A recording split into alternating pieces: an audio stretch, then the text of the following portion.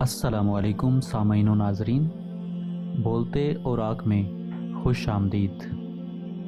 Albert Einstein ایک ایسا نام ہے کہ اگر سائنسی ترقی کی تاریخ سے اس کا نام نکال دیا جائے تو یہ ترقی یافتہ دنیا صدیوں پیچھے چلی جائے گی۔ آئنسٹائن 14 مارچ 1889 کو جرمنی میں ایک یہودی گھرانے میں پیدا ہوا۔ 3 سال کی عمر تک وہ بول نہیں سکتا تھا۔ اس کے بارے میں مشہور تھا کہ وہ موٹے دماغ کا لڑکا ہے۔ اس کا بچپن میونخ میں گزرا۔ مالی پریشانیوں کے سبب اس کے ماں باپ یہاں سے اٹلی چلے گئے۔ آئنسٹائن 1895 میں تعلیم کے لیے اٹلی سے سوئٹزرلینڈ چلا گیا۔ سوئٹزرلینڈ کے شہر زیورخ میں واقع یونیورسٹی ETH میں داخلے کا امتحان دیا مگر ناکام رہا۔ اگلے سال ETH میں داخلہ مل گیا۔ اگست 1900 میں امتحانات ہوئے۔ آئنسٹائن کی نااہلی یہاں بھی سامنے تھی۔ 5 طالب علموں میں اس کا چوتھا نمبر تھا۔ سوئٹزرلینڈ میں تعلیم تک اس کے بارے میں تمام لکھنے والے اس بات پر متفق ہیں کہ وہ کوئی اچھا طالب علم نہیں تھا۔ آئنسٹائن میں تبدیلیاں 1900 عیسوی کے بعد آنا شروع ہوئی۔ 1905 آئنسٹائن کی کامیابیوں کا سال سمجھا جاتا ہے۔ اس سال اس نے کئی مقالے پیش کیے۔ پہلا مقالہ روشنی کی حیت کے بارے میں تھا۔ دوسرا مقالہ براؤنین حرکت یعنی کہ براؤنین موشن کا ریاضی ماڈل تھا۔ تیسرا مقالہ اس کی مشہور مساوات E=mc² تھا، جس میں مادہ اور توانائی کا آپس میں تبدیل ہونا ممکن بتایا گیا تھا۔ حال ہی میں ایک محقق کی یہ تحقیق سامنے آئی ہے کہ یہ مساوات آئنسٹائن سے کئی سال پہلے ایک اطالوی نے شائع کی تھی۔ چوتھا مقالہ خصوصی اضافیت یعنی کہ اسپیشل تھیوری آف ریلیٹیوٹی پر تھا۔ اس سے وقت اور فضا کو الگ الگ تصور کرنے کے بجائے یا زمان و مکان کا نظریہ سامنے آیا۔ 1911 عیسوی میں اس نے عمومی نظریات اضافیت پر اپنا مقالہ شائع کیا۔ محمد عیسیٰ داؤد بہت زور دے کر اس بات کو ثابت کرتے ہیں کہ سوئٹزرلینڈ میں ہی دجال کے ساتھ اس کا رابطہ ہوا، اور اسی نے اس کو نظریہ اضافیت یعنی کہ تھیوری آف ریلیٹیوٹی کا علم دیا۔ محمد عیسیٰ داؤد کے نظریے پر 2 اعتراضات ہو سکتے ہیں۔ نمبر 1، کیا اسلامی تعلیمات کی روشنی میں یہ بات ممکن ہے کہ دجال اپنے خروج سے پہلے انسانوں سے رابطہ کر سکتا ہے؟ نمبر 2، آئنسٹائن میں ایسی کون سی خاص بات تھی جس سے دجال خوش ہوا اور آئنسٹائن کو ہیرو بنوا دیا؟ چنانچہ محمد عیسیٰ داؤد کی البرٹ آئنسٹائن کے بارے میں جو رائے ہے اس میں شرعاً تسلیم کرنے میں کوئی رکاوٹ نہیں ہے۔ البتہ دوسرا اعتراض باقی ہے کہ آئنسٹائن میں ایسی کون سی خاص بات تھی جس سے خوش ہو کر دجال نے اس کو اتنے اہم نظریہ سے مالا مال کر دیا۔ اس کا جواب جاننے کے لیے ہمیں آئنسٹائن کی زندگی اور اس کے نظریات کا مطالعہ کرنا ہوگا۔ آئنسٹائن اگرچہ خود کٹر یہودی تھا، لیکن دوسروں یعنی کہ عیسائیوں اور مسلمانوں کو لادینیت اور الحاد کی طرف دعوت دیتا تھا۔ ذاتی اعتبار سے اس میں وہ تمام برائیاں موجود تھیں جو ابلیس یا دجال کو خوش کرنے کے لیے کافی تھیں۔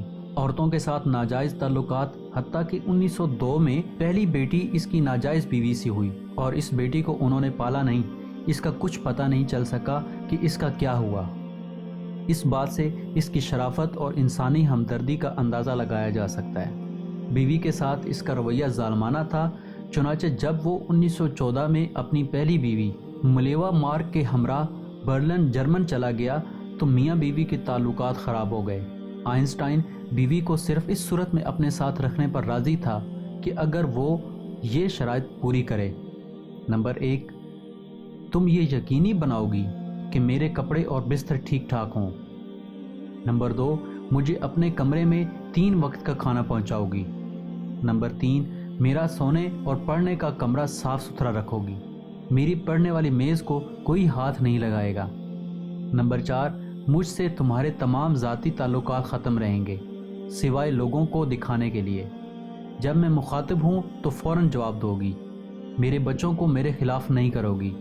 برلن پہنچ کر آئنسٹائن کی شناسائی اپنی چچا زاد بہن ایلیسا سے ہو گئی، لیکن آئنسٹائن اس شش و پنج میں تھا کہ وہ ایلیسا سے شادی کرے یا اس کی جوان سال بیٹی سے۔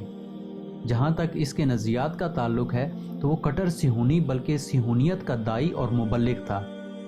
وہ فلسطین میں اسرائیل کے قیام کا پرجوش حامی تھا۔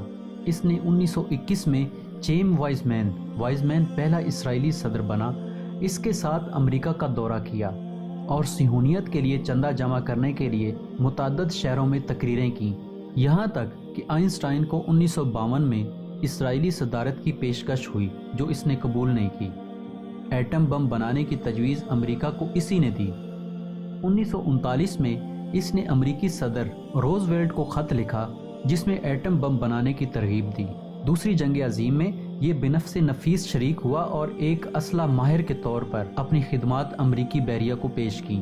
آئنسٹائن کے اقوال میں گاڈ GOD خدا کا ذکر اکثر ملتا ہے، لیکن آپ یہ نہ سمجھیں کہ آئنسٹائن کا خدا وہی خدا تھا جس کو مذہبی خدا مانا جاتا ہے، ایسا نہیں ہے، بلکہ آئنسٹائن پر لکھنے والے تقریباً تمام حضرات اس بات پر متفق ہیں کہ آئنسٹائن کا خدا مذہبی نقطہ نظر سے مختلف ہونے کا خیال ظاہر کیا گیا ہے۔ اگر آئنسٹائن کا خدا مذہبی خدا نہیں تھا تو پھر کون تھا؟ یہی چیز غور کرنے والی ہے کہ وہ اکثر کسی خدا کا ذکر کرتا تھا۔ اگرچہ اب بعض مبصرین کی رائے یہ ہے کہ آئنسٹائن کے خدا سے مراد قدرت نیچر ہے، لیکن یہ درست نہیں ہے۔ یہاں پہنچ کر محمد عیسیٰ داؤد کے نظریے میں کافی وزن محسوس ہوتا ہے کہ ممکن ہے کہ آئنسٹائن دجال کو اپنا خدا مانتا ہو۔ اس بات پر آئنسٹائن کے مقالات میں بھی ایک اشارہ ملتا ہے، وہ یہ کہ وہ اپنے نظریات کے بارے میں میرا نظریہ کے بجائے ہمارا نظریہ کا لفظ استعمال کرتا ہے۔ وہ کائنات کی متحدہ قوت کا راز پتہ لگانے کی بھی کوشش کر رہا تھا۔ دجال کا کسی کو کوئی نیا نظریہ دینا کوئی اچنبے کی بات بھی نہیں لگتی، کیونکہ قرآن و حدیث سے یہ ثابت ہے کہ ابلیس اپنے انسان دوستوں کے پاس آتا ہے، ان کو مشورے دیتا ہے اور کام کے بارے میں ہدایات بھی دیتا ہے۔ دجال ابلیس کا سب سے بڑا مورا اور بنی آدم کے خلاف آخری امید ہے۔ چنانچہ ممکن ہے کہ دونوں مل کر یہ کام کرتے ہوں۔ آئنسٹائن جیسے لوگوں پر شیاطین آ سکتے ہیں۔ موجودہ دور میں باقاعدہ ایک فرقہ ہے جو براہ راست شیطان بزرگ ابلیس کی پوجا کرتے ہیں۔ یہ فرقہ امریکہ اور برطانیہ میں بہت مضبوط ہے اور ان کے اچھے خاصے پیروکار بھی ہیں۔ سابق امریکی نائب صدر ڈیک چینی کا شمار اسی فرقے کے سرداروں میں ہوتا ہے۔ سابق امریکی وزیر خارجہ کنڈولیزا رائس بھی اسی فرقے سے تعلق رکھتی ہے۔ امریکی فلمی دنیا بالی ووڈ کے مشہور اداکار اور اداکاراؤں کا مذہب بھی شیطان کو خوش کرنا ہے۔ بھارتی اداکار امیتابھ بچن، مصر کا عمر شریف، مشہور جادوگر ڈیوڈ کاپر فیلڈ، بدنام زمانہ امریکی گویا مائیکل جیکسن بھی شیطان کے پجاری ہیں۔ مائیکل جیکسن کے پروگرام میں لوگ بے قابو ہو جاتے ہیں، در حقیقت ان لوگوں پر شیاطین آتے ہیں۔ آج تک کے لیے اتنا ہی۔ امید ہے آپ کو آج کی کاوش پسند آئی ہوگی۔ مزید دلچسپ ویڈیو کے ساتھ آپ کی خدمت میں دوبارہ حاضر ہوں گے۔ اللہ حافظ۔